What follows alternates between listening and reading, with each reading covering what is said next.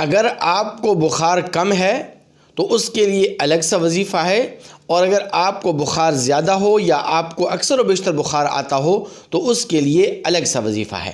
اگر تو بخار آپ کو کم ہے تو پھر آپ سورہ انبیاء کی آیت نمبر 69 قُلْنَا يَا نَارُ كُونِي بَرْدًا وَسَلَامًا عَلَىٰ ابراہیم ایک کاغذ پر لکھیں اور کاغذ کے اوپر لکھ کر پانی میں گھول کر پئیں، اور اس سے غسل بھی آپ کر سکتے ہیں۔ انشاءاللہ العزیز آپ کو یہ بخار ختم ہو جائے گا۔ لیکن اگر آپ کا بخار زیادہ ہے اور اکثر و بیشتر آپ کو بخار آتا ہو تو پھر آپ سورہ آل عمران کی آیت نمبر 200 یعنی آخری آیت مبارکہ یا ایھا الذین آمنوا اصبروا وصابروا ورابطوا واتقوا اللہ لعلکم تفلحون، اس آیت مبارکہ کو نیلے کپڑے میں، آسمانی کلر والے کپڑے میں لکھ کر گلے میں لٹکا دیں۔ انشاءاللہ العزیز آپ کا بخار آنن فانن ختم ہو جائے گا۔